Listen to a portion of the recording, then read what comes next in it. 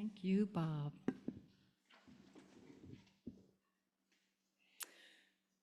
Good morning and welcome. I'm Reverend Karen Brammer. Always so grateful to be among you. This church is sitting on the land of the Haudenosaunee. And as I just read in a magazine, a Smithsonian magazine from 2022, one of the oldest, I believe it's a white pine in Massachusetts, is over 150 years old, is named after one of the chiefs of the Haudenosaunee, Chief Jake Swamp. And we are very aware of the presence of our ancestors who were not related to by blood, but by history, and our continuing history of staying connected and aware of the systems in our culture that tend to absolutely marginalize people, and trying to figure out what it means to be in right relationship. And I will also remind us all that everyone is welcome here, no matter your journey from the past or what you're hoping for in the future. You are welcome here, no matter who you love, no matter how you identify, who you are in your skin and body and bones. You are welcome here, and we are grateful for your presence. There are a few announcements to be made, one of them being about a picnic, another about a Buddhist monk, another about a tabernacle meeting this afternoon, and then I'll talk to you about this magnificent tree. And so the first, if you would come talk about the picnic. Who's doing that? Jeff.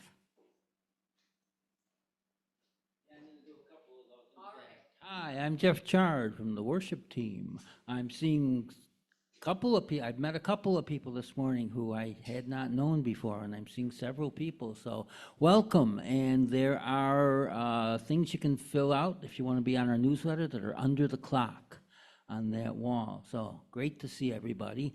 We have a date and a time for the picnic, which is going to be Sunday, August 25, last Sunday in August, at a special time of 11:30 a.m., a picnicky time, right?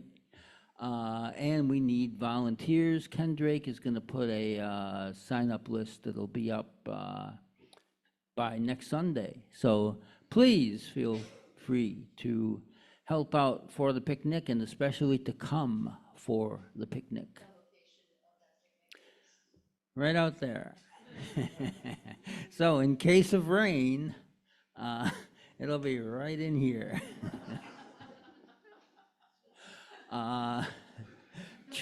Trying to have another event this year, such as when Freebo came last year. And, we looked into a couple of things that didn't happen, but one thing that is going to happen, and this is just hot off the presses, Brian Lotman, I'm going to make the picture bigger in the future, who is a wandering monk and plays the harmonium, is going to come on Thursday, August 1 in the evening, and he's going to lead a satsang, which is a joyful immersion into profound states of consciousness through energy healing, mystical mantra, and did I mention sweet harmonium music? So we'll be telling you all about that in the next month. Also, if I can just mention that Jim Delosio from First UU in Syracuse is going to come up next week and do a climate justice service. We're going to use the screen. It's going to be a big production, so come on out next week. Thank you.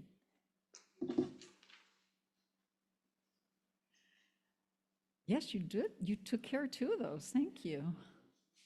I want to announce that at 4 o'clock today, there will be a community gathering at Tabernacle Church in Utica for the community to talk about the death, the means by which a youngster died through police shooting on Friday night. I will be there. I hope many of you will be as well. The last thing I want to say is about this I apologize to people online because I have not yet gotten a photograph of this to show you so you can see it, but it's 90 degrees from where your view is. It's called the Tree of Life Climate Justice Tree. And it was made and designed with tremendous love by these two women who will stand, Jennifer and Lorraine, and myself. And it is infused with things that the children will recognize. The children may recognize from their spirit play that there are symbols on the trunk of the tree symbolizing all the different faiths. They're sources of our faith.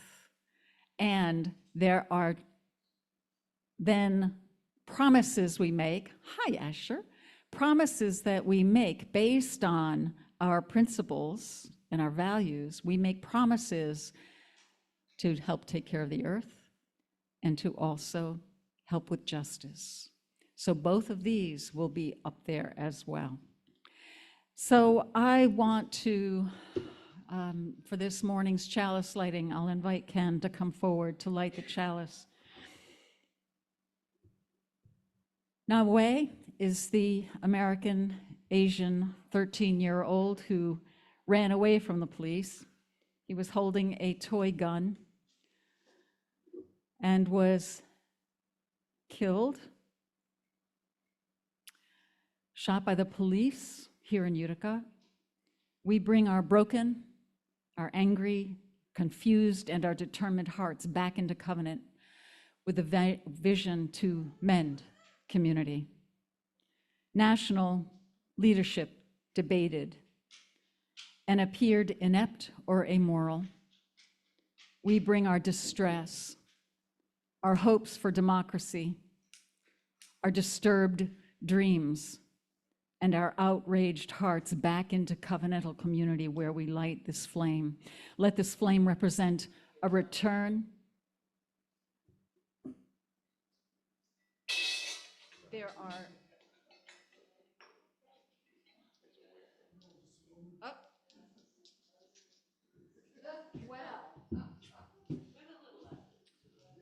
well, we're going to put our imaginations to use so that poor Ken is not strained to the maximum. Let the flame that we light, no matter how it's lit, represent a return to the commitments of mutual care and the vision of community made whole again. Would you join me in our multi-generational covenant, which is we are Unitarian Universalist. That's a U and a U. We are Unitarian Universalist. We're the church of the open mind, the loving heart, and helping hands. We take care of the earth and each other. May it be so.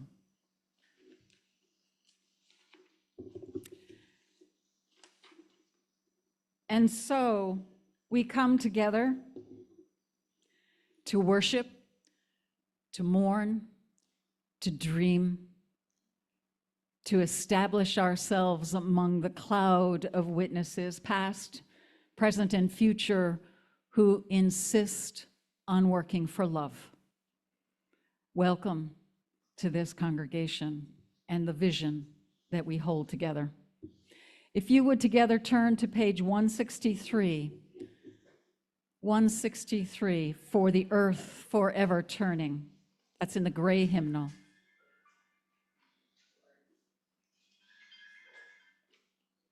It's not the right tune.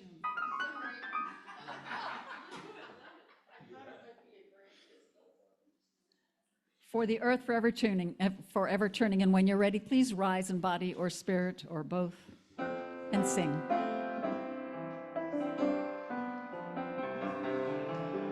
For the earth forever turning,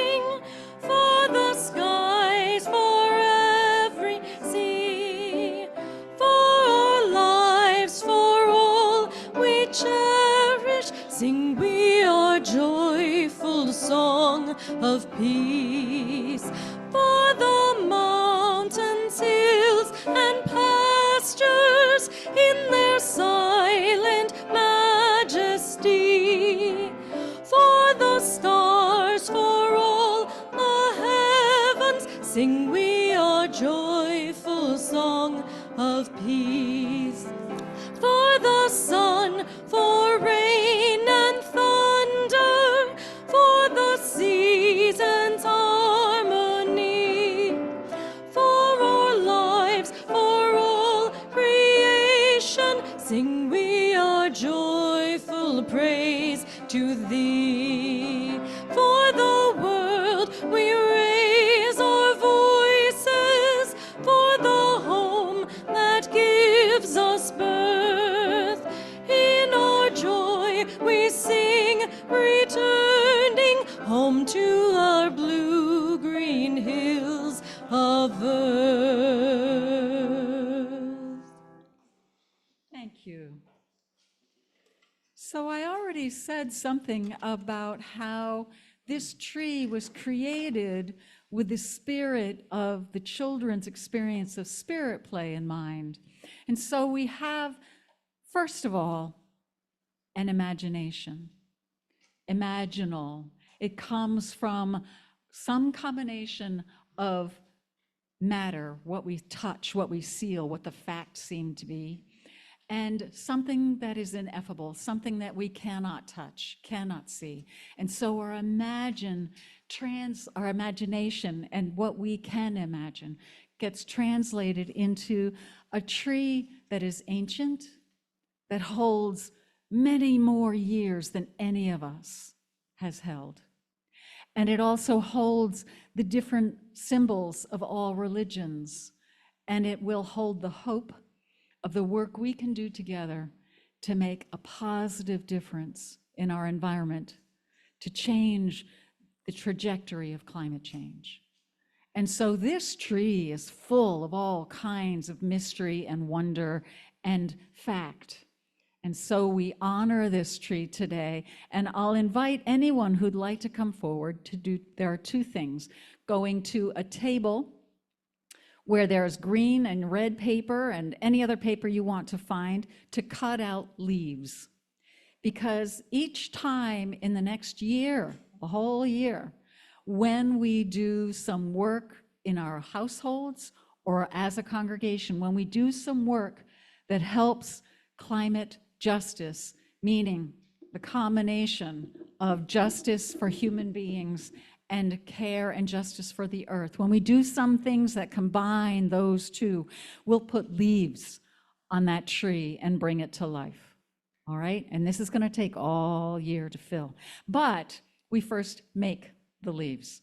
And so if you would like to make a leaf, there are leaf patterns back there if you like, or you might do it from your imagination. And there's a basket on that table to put your leaves, like the one that Asher just made, in that basket, and we will use it in the future. Thanks, Asher.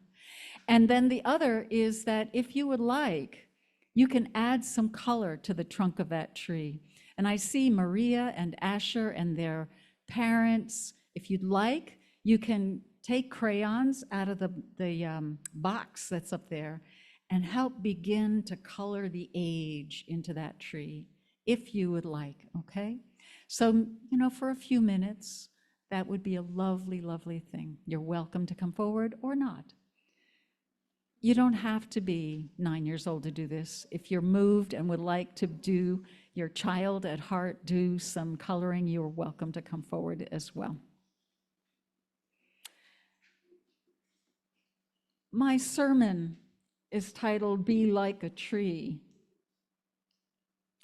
And what I've learned preparing for this sermon is that we're more like trees than we realize through the fact of science, through the expression of psychology, and through what we know as ancestral connection to trees expressing what I'll call for the moment axis mundi, and I'll tell you more about that later. But trees, we are so connected to trees. Carl Gustav Jung, many of you know, was a Swiss psychiatrist, psychotherapist, and psychologist. He founded the school of analytical psychology that I have benefited from, and I'm sure some of you have as well. Paying attention to drawings that his patients were spontaneously making over the years, he noticed a pattern. They were drawing trees with roots, trunk, and the canopy, the top. And he was so intrigued by the fact that people were spontaneously doing this, not connected to each other, that he started studying it all over the world through many different religions. What he learned is that it is a symbol that is common around the world among many, many peoples who do not speak the same language, who do not worship in the same way. They understand on some level in their bodies or in their psyches or spirits, who knows? They understand intuitively that at the root of the tree, it is in the earth and it goes below the surface to what we cannot see. And that the truth of what we can see in the trunk is what we can understand with our hands and our eyes and sometimes with our hearing, but that the trunk is an expression above the earth, but it is also the canopy above the trunk that is above our heads that reaches up into what we cannot touch by standing on the ground. And so what he has begun to understand over the years, that the tree, the ancient symbol of the tree, begins rooted in the earth, runs through the core of human beings as a trunk, and up into canopy to the trans-conscious. It's a word I believe he coined, the trans-conscious, which is otherwise known as the soul. As a young teen, I told my parents that I didn't want to go to church with them anymore because I didn't believe what was being said there. I watched the car disappear with my family in it, and I was sad. But my instinct told me to lie down at the foot of my favorite old locust tree. And I looked up and I said out loud, "This is my church." I was aware of how trees made me feel, not yet aware of the science of trees. One of my favorite biologists, Bernd Heinrich, is a professor emeritus of biology at the University of Vermont. He wrote many books. Among my favorite is The Mind of the Raven. And if you like learning about bird behavior, read Mind of the Raven. I picked up his book, The Trees of My Forest. He writes, plants, animals, and fungi diverged from a common ancestor about 1 billion years ago. We are all highly evolved organisms, each in our separate ways. Trees appear vastly different from us, but at the cellular and biochemical levels, they are remarkably similar to us. Like us, their genetic code is indicated by the same triplets of bases that signify the same amino acids in protein chains, that use the same molecular mechanisms for translating the triplets into proteins. Our bodies do the same thing. Our biological pathways for synthesis and energy conversion are similar. In trees, as in humans, genetic information in DNA is packaged in chromosomes in a nucleus, and the same mechanisms translate that information into growth through hormones in the trees and in us. Despite the vast potential alternatives, we find that the closer we look at the organisms of this earth, the more similar we are, and it is due to common ancestry. Some of us have loved trees for a long time, and I know some of us have studied them, and I'm going to ask Matt if you would come forward, Matt, and share 3 of your favorite facts. Is this on? Yes. Of course, Matt and Mo. And if you stand here, then. Okay, so yeah, I have studied ecology and that was my undergraduate in specifically ecosystems. So the 3 facts I picked, I could talk about this all day, but I don't want to. That's okay. The first tree I thought of was one that lives around here. It's called a tamarack. A tamarack tree is very unique. It is a evergreen, needled plant, but it's much different than all others because in the fall, it drops its leaves and becomes bare. It's a connection, it's very unique, very pretty in the fall. You find them in swampy areas. The next one I thought about is one called the aspen. And when I was in grad school, a big study came out about them. And if you walk out, you'll see an aspen. It's nothing really unique about it from your above ground. What makes it special is that the actual organism is many, many trees that have spread out. The roots spread out, a new, what we would call an individual tree pops up, and this helps them survive under stress. They're a great tree. They're usually the first ones that come back after a disturbance, a fire, that kind of stuff, something that has destroyed all the others. The last one is a tree that's not around here. As a teacher, I always would take unique things when I traveled. And I had the opportunity to go to the Redwoods National Forest. Now, in the past, I had seen sugar pines, big cones. They're huge. They're about 1 foot long. A couple other bristlecombs, very fat. I was like, man, I'm going to get a cone from a redwood. It's going to be the biggest one you ever seen. It's the biggest organism in the world. My disappointment when I did the backcountry, you had to fill out papers to go backcountry camping. The largest tree organism in the world, the cone is less than an inch. Which was cool. I took them for my classroom, but kind of disappointed because I was like, I will tell you though, when you stand next to that organism, it's a special thing. And my tiny disappointment in the tiny cones just made it even better that it comes from, tiny cone makes such a beautiful, majestic tree. Does anyone else have a fact?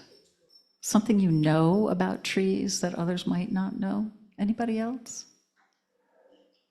Anybody else? Yeah. I thought you might, Barb. If you come forward a little so people online can see.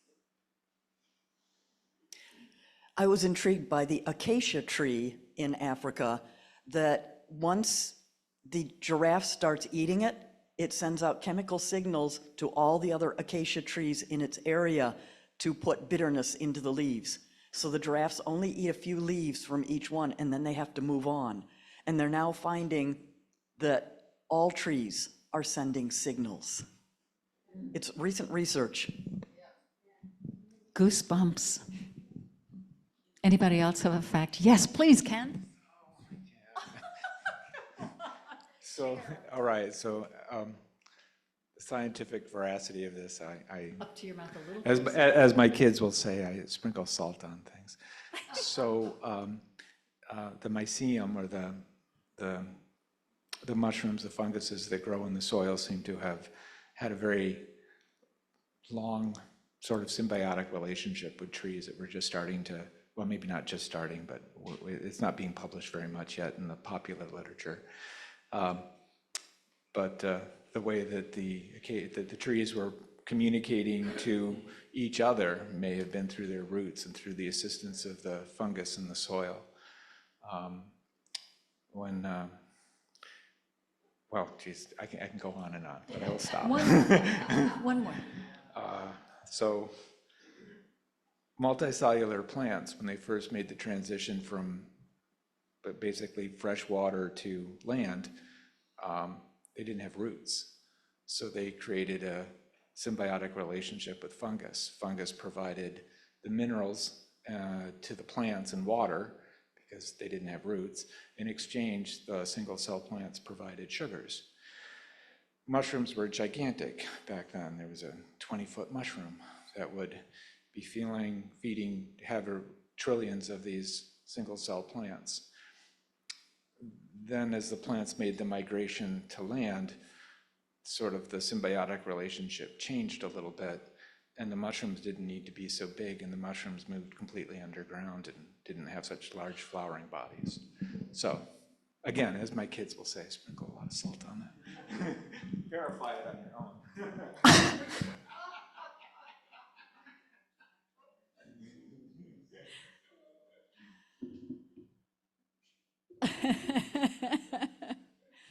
There's an ancient history of human spiritual connection to the actual image of the tree. I used the Tree of Life. It's a book written by Roger Cook, who studies religions around the world.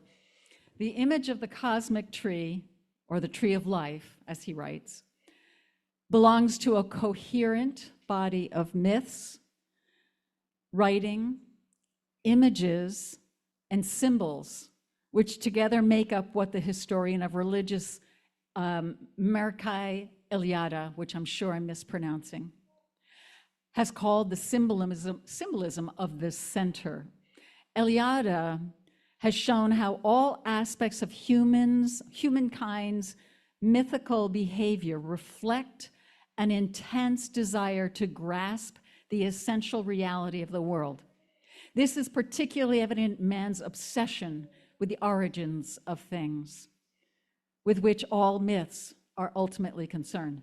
So the center is first and foremost the point of absolute beginning, where the latent energies of the sacred first broke through with the supernatural beings of myth, of the gods, or god of religion, that first created humans in the world.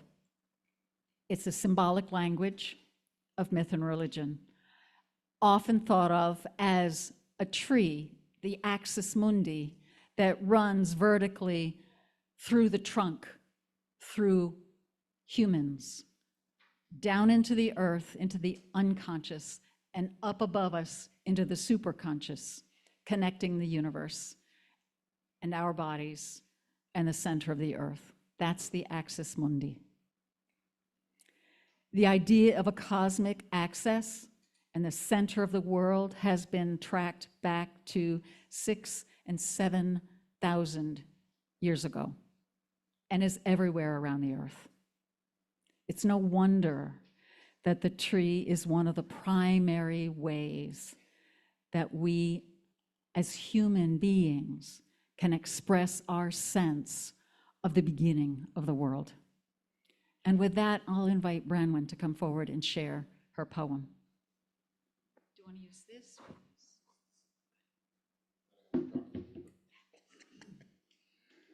If I were a tree, I'd be a tall oak. Branches reach up to ensnare the clouds. Taproots grow deep, knock on the door to the deep earth. The warming sun moves north, drives the sap, leaves unfurl, bright green, flutter and rustle, a conversation on the spring breeze. Catkins blossom, eggs await for the sperm cloud carried on the wind among mighty oaks. Spreading branches, a leafy umbrella, throw shade, cool the summer air below. Acorns grow, green, dangle, ripen over many months.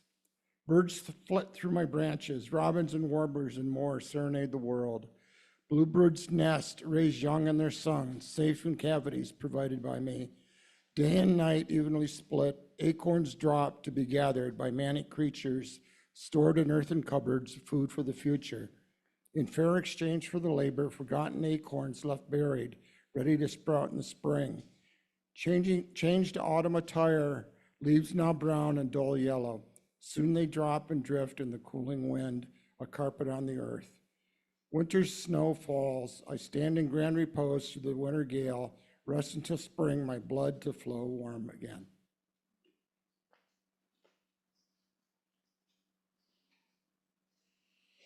I know that there are a number of us who have very special relationships with trees, and I'm wondering if you would like to begin, Deb, by coming forward to tell yours.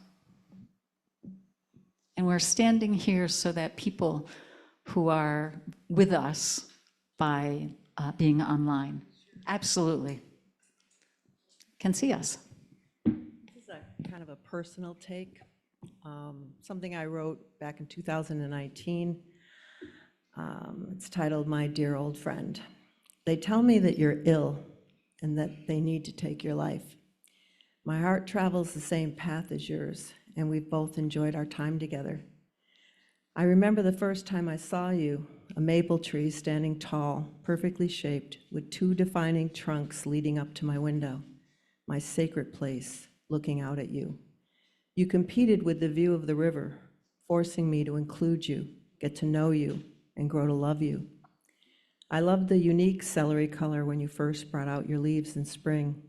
I painted my kitchen celery green because of you. Toward the end of spring, you decided it was time for a deep blanket of green, dark green leaves to shade me in the heat.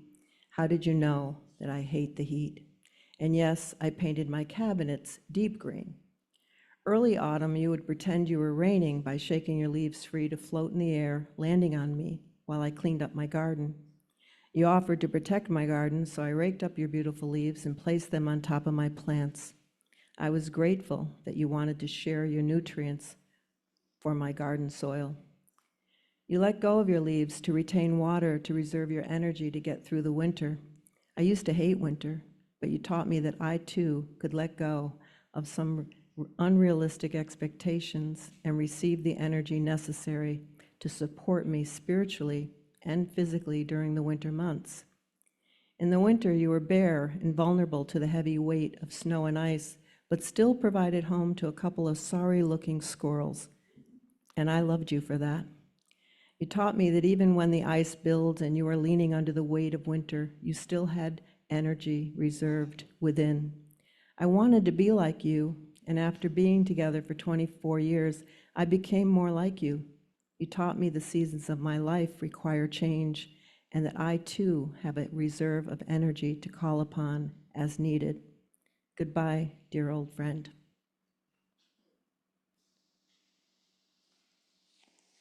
I'd love to break in online. Miranda wrote about trees, that research suggests that being around trees is good for our mental and social well-being. Study by the University of Illinois found the denser the forest, the lower the stress, which suggests that taking a walk down a tree-lined street could prove beneficial to your mental well-being. Research also suggests that nature experiences help us to feel kinder toward others. This is partly because they release chemicals called phytoncides. When we breathe them in, it can reduce blood pressure, lower anxiety levels, and increase pain threshold. Beautiful. Thanks, Miranda. Does anyone, I think we have time for maybe one or two more. Come up, come up. Do you want to use this?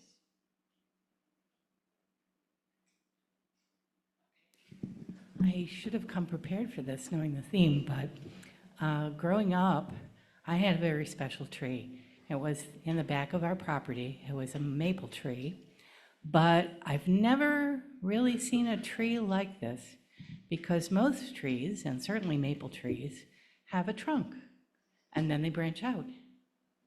This particular tree branched out closer to the ground. So it had these pieces.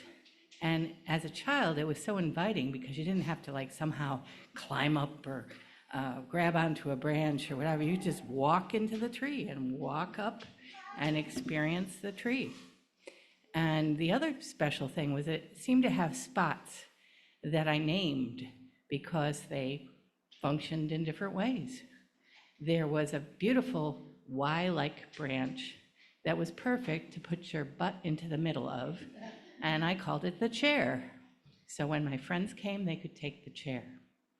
There was another branch that was very unusual, the trunk went up and the branch came out of the trunk and then made a U all the way up again. And this one, because of the U, and because I could sit with my legs on top of the U, I called it the horse. So I loved the horse. And up from the horse, I could climb way, way, way up to the treetops. And I called that the crow's nest, because that's what it was. So I had a very special tree. I thank God that he created it for me.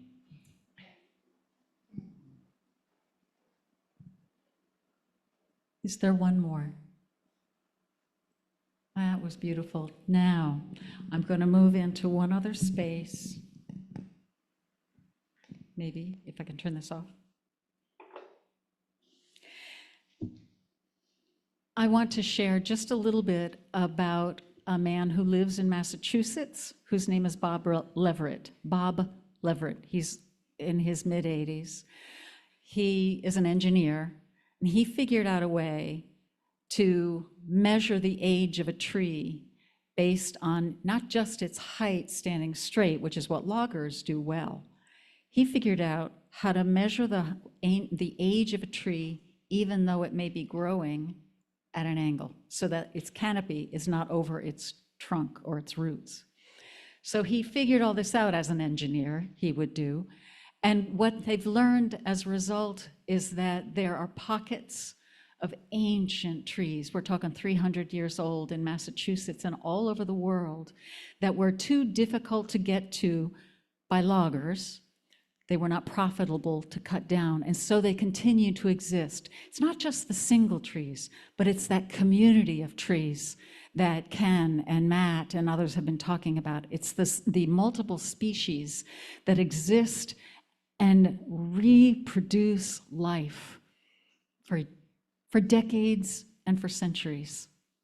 These ancient pockets of trees exist all over the world, and they consume much more carbon dioxide. They embody the carbon dioxide better than younger trees. And so preserving these ancient pockets of trees is a beautiful way to impact climate change. And this particular tree is going to be a beautiful way for us to express our efforts to change the trajectory of climate change. And Barbara from the Climate Action Team is going to say just a little bit about the many things this Climate Action Team has done over the years and begin the leaves on this tree.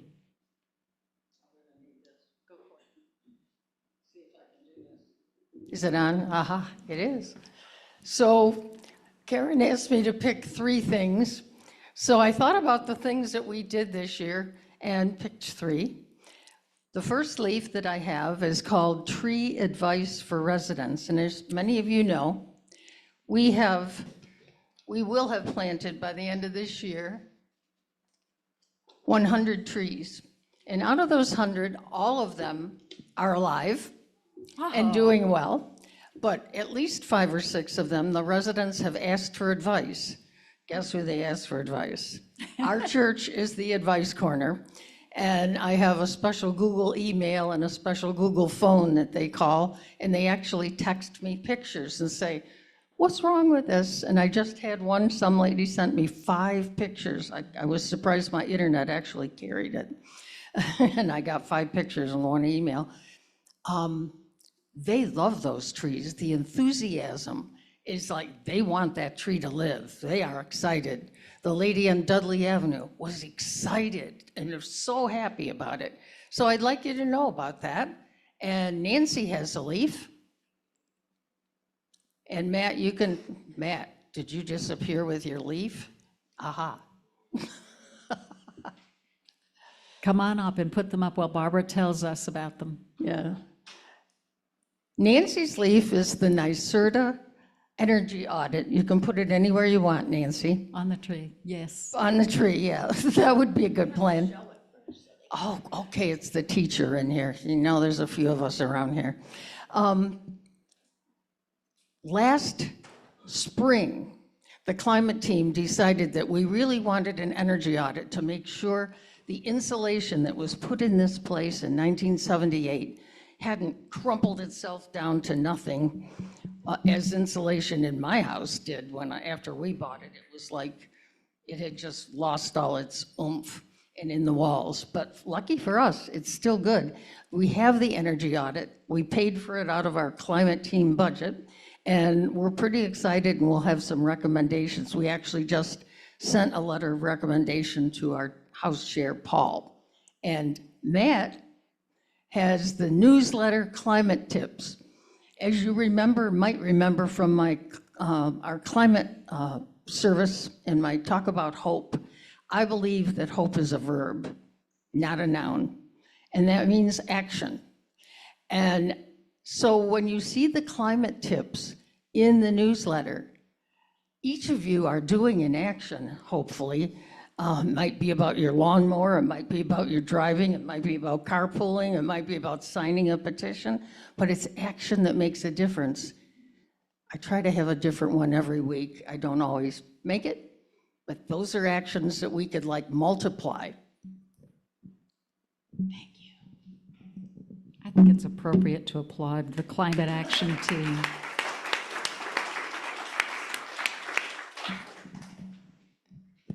Thanks so much.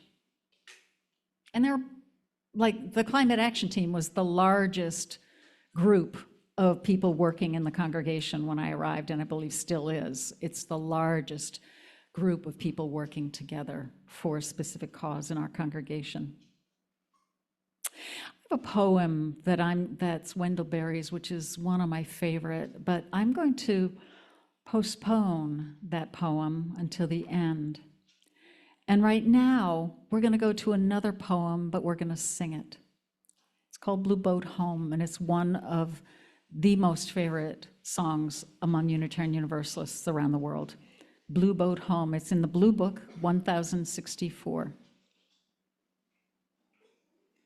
And when you're ready and able to rise in body and or spirit and sing together.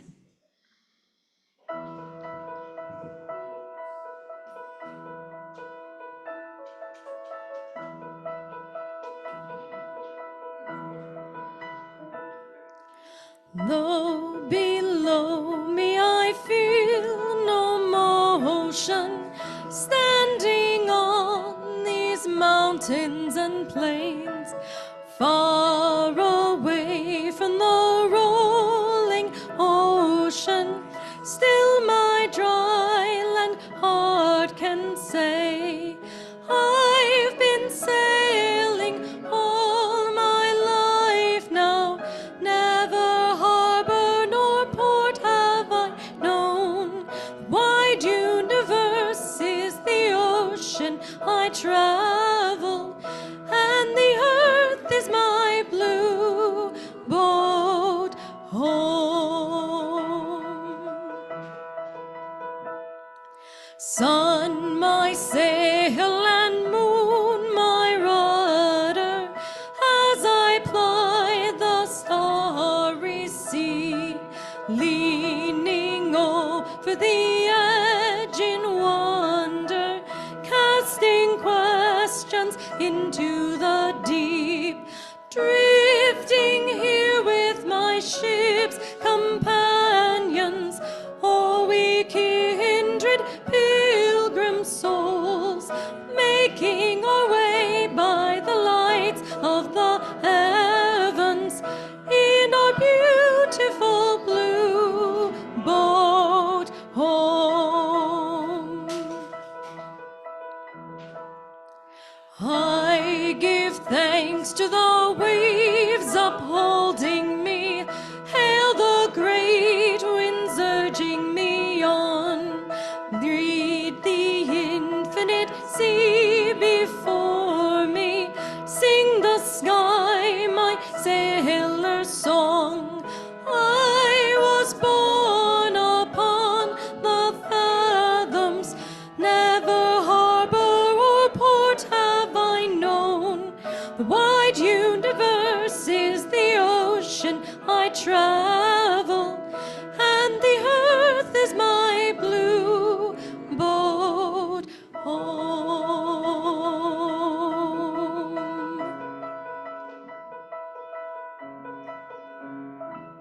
Please be seated. Thank you.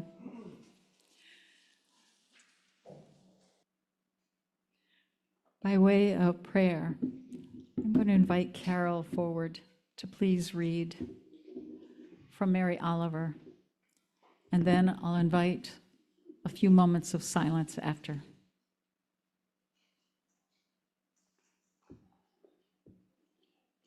When I am among the trees, this is called. And if I cry, just pretend I'm not crying, because it's that kind of day. When I am among the trees, especially the willows and the honey locusts, equally the beech, the oaks, and the pines, they give off such hints of gladness. I would almost say that they save me, and daily.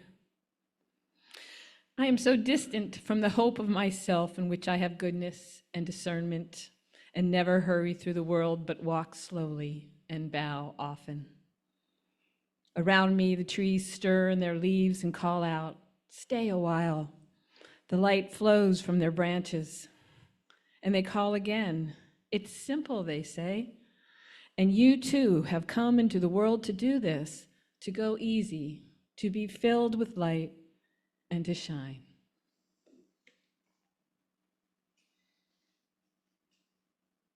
Please join one another in moments of silence.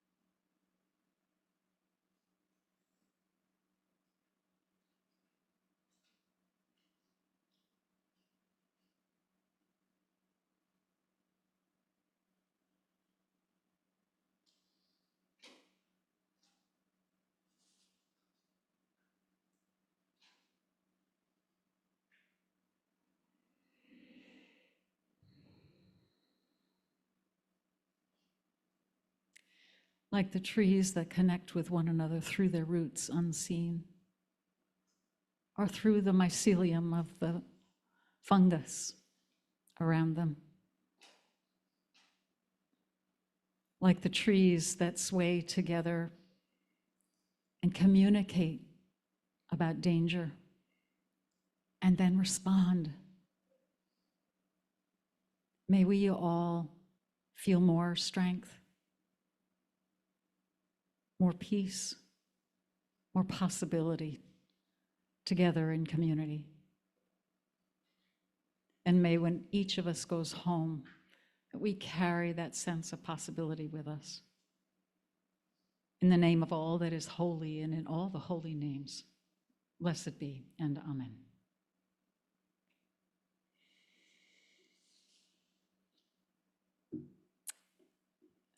We have at least two forms of offering today. One is the offering that is collected and placed in baskets and brought forward for us to acknowledge as gifts. And the other offering is the offering of justice work, which Ken will share with us after I acknowledge the offering right now. And so, thank you. Please go forward, ushers.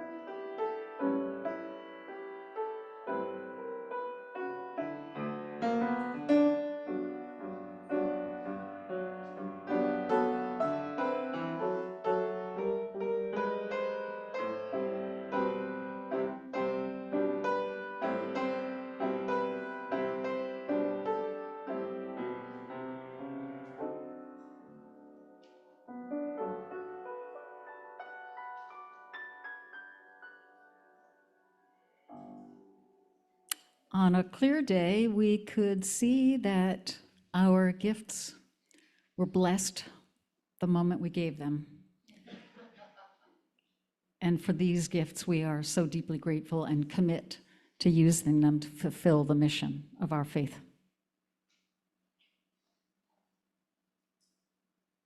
Ken, would you like to come forward? My name is Ken Drake, and I'm chair and a participant in the Democracy Action Team that we have functioning at UU Utica in conjunction with the National UU Social Justice Democracy Action Team. I couldn't resist looking online for some writing today that I could present to show how American democracy and a tree rather can be related. So this is what I found. American democracy can be represented with a simple drawing of a tree. A tree is an ideal image of democracy because it involves a living organism that needs energy from multiple parts in order to function to potential. The main parts of a tree represent separate parts of American democracy. The leaves of the tree represent the individual people and/or families. These leaves bring in energy to the tree in order to benefit the entire tree. The tree branches give the leaves a place to come together and channel their ideas and energy towards the tree trunk. As time goes by, leaves change and fall away, and new leaves take their place. This is good for democracy because it allows new people and ideas to become part of the country and the democratic process.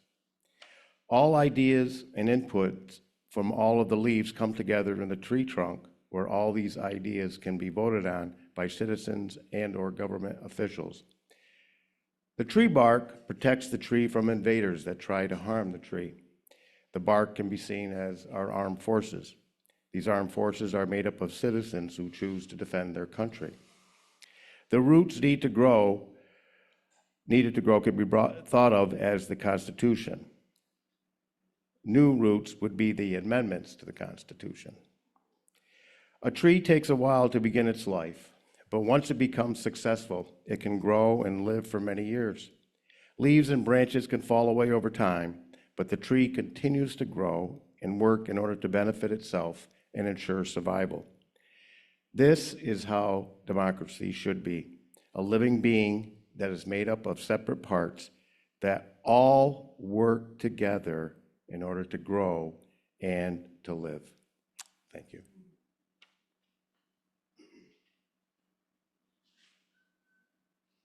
And if anyone wants to know more about the work that different members of the congregation are doing to support democracy, please make sure you chat with Ken or the Umidis or who else is working on that. And John and Deborah, Deb, Jean, please chat, ask questions. How is it that we are, as a community, attempting to support democracy? Thank you for that, Ken.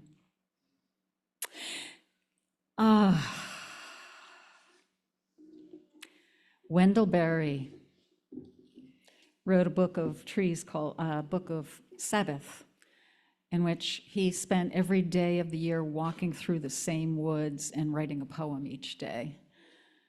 This is number 1. I go among trees and sit still. All my stirrings become quiet around me like circles on water. My tasks lie in their places where I left them asleep like cattle. Then what is afraid of me comes and lives a while in my sight. What it fears in me leaves me. And the fear of me leaves it. It sings and I hear its song. Then what I'm afraid of comes.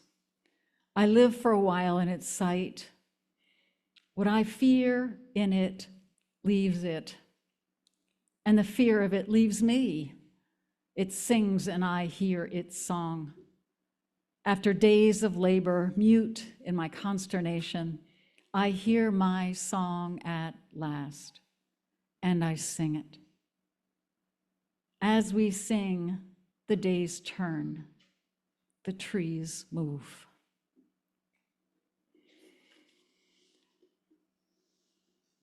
If you have found a smile or some hope, an idea, connection, something that sustains you in this time together, please bring it with you out into a hurting and confused world. And thus we bring our gifts out into the new day. Would you read with me as I extinguish the chalice? We extinguish this flame.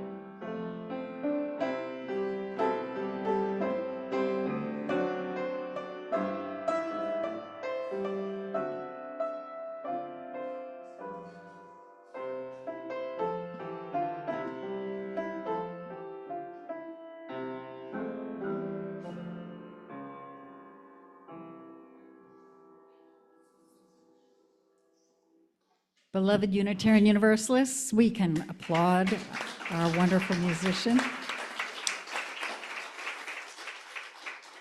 Unitarian Universalists and friends, go in peace and enjoy connecting with each other after this service. Bless